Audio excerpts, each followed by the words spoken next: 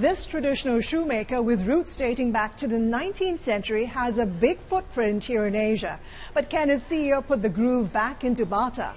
This week on Managing Asia, I talked to Alexis Nasard. He's confident, direct and unapologetic.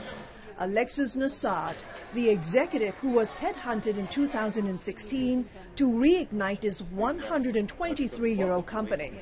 In every industry I run, my philosophy is not to start by looking at what is complex. It's by start recognizing what is simple. What is easy about footwear?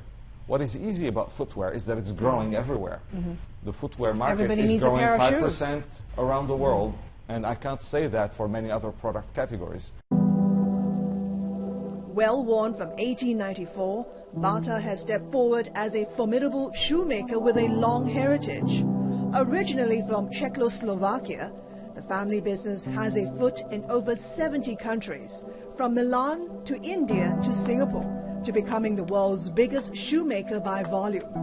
But the brand is showing some wear and tear, fighting an old-school image with a mature appeal.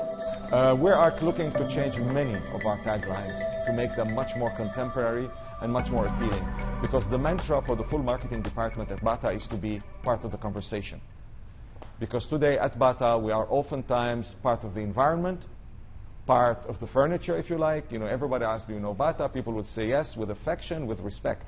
But if I tell them, what are the top 3 shoe brands you can think about? They wouldn't always say Bata. And we want them to start saying that. And we are starting to see that in many parts of the world. Yeah, exactly. But can Nasard put the groove back into the brand? The man who had worked at P&G and Heineken with no experience in footwear. I knew plenty about the footwear business. First, that a good day can never be a good day if you're not wearing good shoes. I know that I personally love shoes, because I always say men's elegance is having a good pair of shoes and a nice watch. And I know that it's an exploding and a growing industry. So what's there not to like? With the sole purpose of refreshing Bata's image, Nasard is out to find that perfect fit for the brand and get back what he calls its swagger on the global runway. Why do you think the brand's fallen behind? As CEO, what are you doing to fix it? Yeah. Well, first let me, as we say in French, let me put the church in the middle of the village, which means correcting the fundamentals. Bata, for the 2nd year in a row, is one of the most successful footwear companies in the world. We are growing turnover in the mid-single digits, and we are growing profit in the high double digits for the 2nd year in a row. In many of our top 5 markets, we are growing market share against some of the most entrenched competitors. So the company is coming back, and coming back strongly. Now, if you step back and you look at the structural elements of our business, particularly the brand, is the brand as appealing, as top of mind, as relevant as we'd like it to be? No. And what is the reason? Is because for a very long time we haven't really managed the brand. We have let it be a trademark for decent shoes around the world. We've never come up with a global stewardship behind it, a global campaign, activation platforms, social media levers, celebrities, ambassadors, all these things that make the difference in today's world between a brand that has cha-cha-cha and a brand that doesn't have it. So as CEO, you think you can improve its image? You're confident you can do that? I know I can improve its image, and we have already started improving its image. When we look at the image data in different parts of the world where we have embarked on these activities, we see it moving. And the asset test to see whether you are improving your brand image is the extent to which your brand can absorb pricing. In different parts of the world, we've raised pricing per unit between 5 and 8%, and the volume line hasn't budged. That means consumers are willing to pay increasingly a premium for the brand. Let's talk more about the image, because for a long time, Bata is perceived as a local brand. Not many people would have guessed it originated from the Czech Republic and now headquartered in Switzerland. As CEO, are you trying to change that local brand image? I'm trying to nuance the global-local continuum. What exactly does that mean? I will tell you. Basically, there are global brands which are global that have no local touch. For example, when you buy a Louis Vuitton is a global brand. Whether you buy it in Singapore, in Hong Kong, or in Nigeria, you're buying a piece of Paris. Right? That's completely global. When you buy some brands that have a global image but have some level of local resonance, right? So when they buy Bata, what are they buying? So what are they buying today? In most instances, still they think they're buying a local brand. Tomorrow, they're going to think they're buying a European brand that has a history and a geography and a commitment to their home country, which develops special designs for their home country and uses a full-fledged industrial process and systems and ecosystem within their country to develop and sell these shoes. Because as you know, we're very, very committed to benefit the local communities in which we play. Take Uniqlo. Uniqlo is a Japanese brand, but they don't sell themselves as a Japanese brand. Uniqlo on Fifth Avenue in New York is becoming increasingly a New York staple on the high street for fast fashion. So, and they use also capsule collections with US designers. So you're trying to be a Uniqlo? In the way we manage the global-local equation, yes. In the way we manage our business model, no, because it's a different business model and it's a different category. So all this to say, you're not global or local, that there are shades of gray, and we are trying to define our own shade of gray. Okay, so defining your own shade of gray, coming up with your own local flavor, does that somehow work for or against you when trying to appeal to millennials who basically grew up with shoe brands like Nike, Adidas, and other international shoe labels? Millennials are the most loaded species with paradoxes. Millennials are the most paradoxical generation. Millennials are the ones who want to feel they are part of a herd, but they feel that they have their own individuality in every walk of life. Millennials are the ones who kill themselves for a brand like Supreme. Do millennials like Bata? Millennials do not like Bata as much as I'd like them today. But millennials are increasingly liking Bata. We're starting to have some green shoots, because we're starting to develop marketing campaigns and product designs that appeal to them. So millennials today are also the ones who go buy a beer, which is a craft beer, because it was built around the chimney. So you do have these paradoxical behaviors amongst them, and which gives us quite a bit of room to play. So you can win over the millennial customer? Yes. And not only we can, we have to. Because otherwise we're going to have the main constituency of our consumer base, which will be aging over time, with the implication it has on brand image. Well, Bata is not just a shoe retailer. It's also a shoemaker, producing about 50% of its shoes in its 24 factories. Why not outsource everything? Is it all about trying to keep to the company's heritage, the family's heritage, of retaining its shoe production history? It's not pure sentimentalism. It's partially sentimentalism, if you like. No, we have a very clear manufacturing strategy. We will manufacture in-house in instances where we make shoes that nobody else can make, or we can make the same shoes as anyone can make, but at a much lower cost structure, or we are forced to make shoes because of legislation and taxation, or when our own in-house making is part of our marketing storytelling. For example, you know, with the heritage shoes, the whole consumer message will be a lot more strong and credible when we tell them we are making them in the factory that we've had since 1922. So when it is an integral part of the marketing storytelling, we keep them. So it's building up your reputation with the customer. But operating these production facilities, opening retail outlets are big cost components. What are your margins like at the end of the day? We have very competitive margins. And our margins are they in the single or double digits?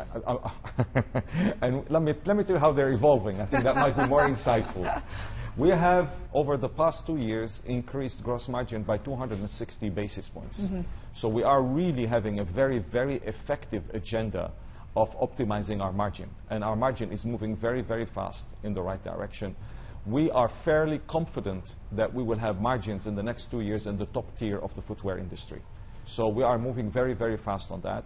And that is done through a combination of activities. One is to make sure that we have better product collections. When you have better product collections that consumers really want, first, they're willing to spend more for them. Second, you have less propensity to mark them down. That's quite important.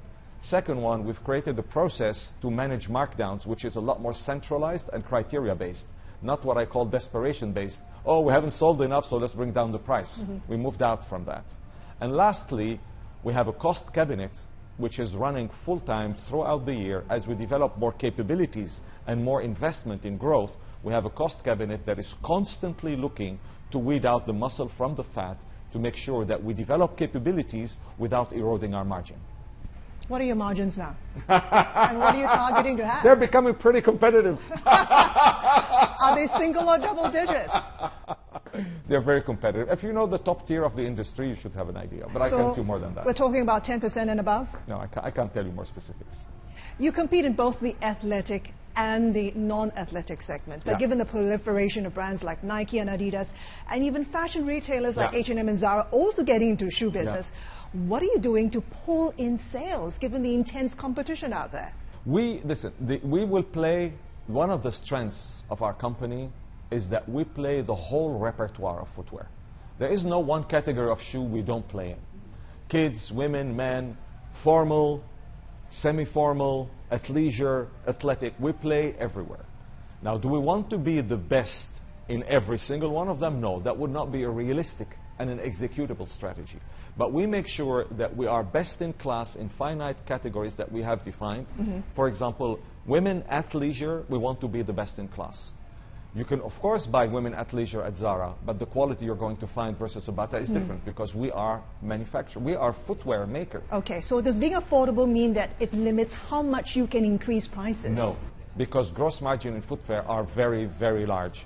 You can afford to have great technology, superb comfort, and still have decent profitability. It's not really complicated to get into the shoe business. Barriers of entry are low. Are you bracing for more competition, especially here in Asia? In Asia, yes. We're bracing for more competition. Outside of Asia, there's quite a bit of consolidation actually happening. Some parts in Europe, for example, there are just too many. And there is a tendency towards consolidation. So we are bracing for both ends of the spectrum. And we have to be I mean, one of the cultural drives we're trying to bring to the company is really increased external focus. Look at what the market is doing, what our competitors are doing, defining our competition in an honest sense. What do I mean by that? Most people define their competitors as the entities that resemble them the most. No, your competitor is not the one who looks like you the most. Your competitor is the one who is actually fighting for your consumer's wallet. It's the one who's fighting for it. And if he doesn't look like you, too bad. It still is your competitor. Once you've made that reckoning, the entire activity system in terms of design, pricing, marketing, promotions, distribution need to be geared up to stay competitive versus that main alternative. So how do you define your competitor? Who's your biggest rival? And we do not, well, it's an interesting question. On a global scale, as a global company, the closest thing that comes to a rival is H&M.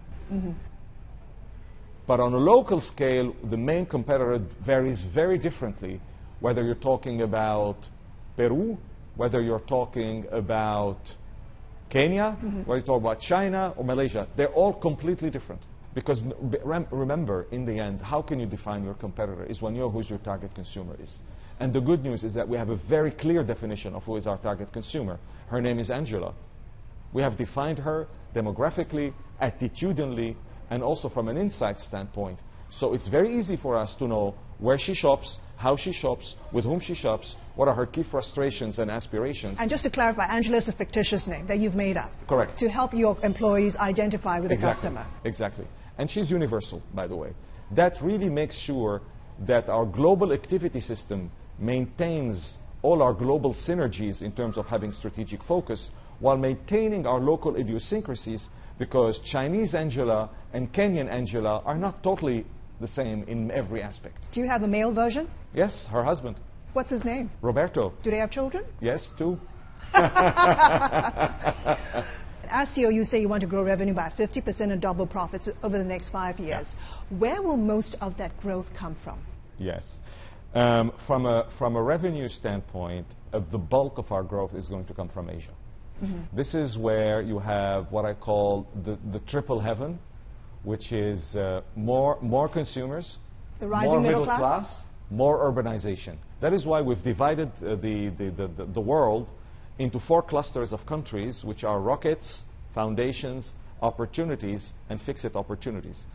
So we have markets which we call rockets, where we really press the accelerator on everything.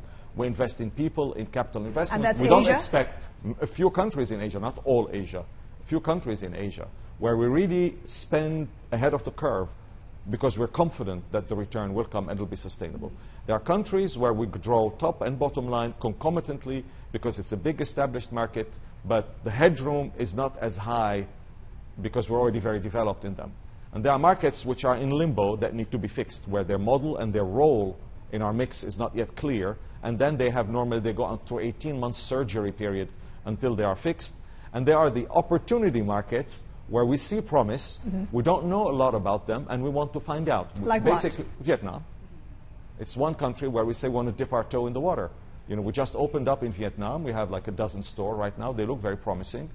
It's a really big market. It's not a very contested market. How big, how quickly can it be in Vietnam? We have to see. Stay with us. More with Alexis Nasard, CEO of Barter Shoes, in just a moment. To the last point, we closed stores to move to e-commerce. I don't believe in this a single minute. This is too simplistic and too convenient. Nobody is successful by shutting down stores and moving to e-commerce. Managing Asia will be right back.